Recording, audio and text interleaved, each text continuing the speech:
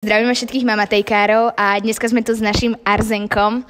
Naša otázka na teba je, ako plánuješ prežívať Vianočné sviatky? Čaute všetci. Vianočné sviatky budem prežívať určite v kruhu rodiny a v vianočnej atmosfére. Klasicky papáme kapusničku alebo máčanku hrybovú, v prípade rybičku s majonézákom. Takže veľmi sa teším, či už na rodinnú atmosféru alebo aj na výborné jedlo.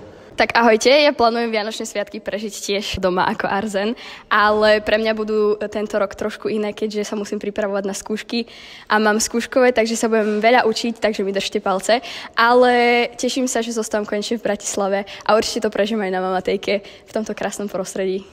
No, dúfam, že dobre. Tu na mamatejke spolu so zborom, spolu s bratmi, spolu s mladými. Verím, že v radosti a v pokoji, tak sa na to teším, že Ježiško príde a že príde sem medzi nás. No, naše prvé spoločné Vianoce plánujeme straviť v Zanzibare, kde si sami si ulovíme v mori morské plody, najlebužnickejšie. A tie si dáme na štedrý večer. Žiadne kosti, lebo ústrice nemajú kosti. A potom k tomu ešte také dobré chladené mochitko s morskou vodou. Je to tak. A prvý sviatok Vianočný ideme na túru na Kilimanjaro.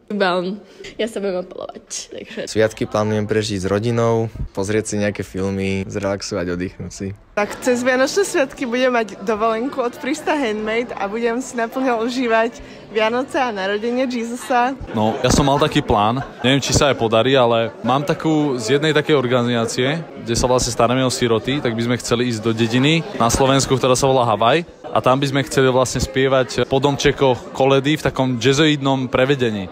Tak ja budem tráviť tieto sviatky. Ja budem tráviť Vianočné sviatky v teple domova s mojou milovanou rodinou a tak. Ja budem doma.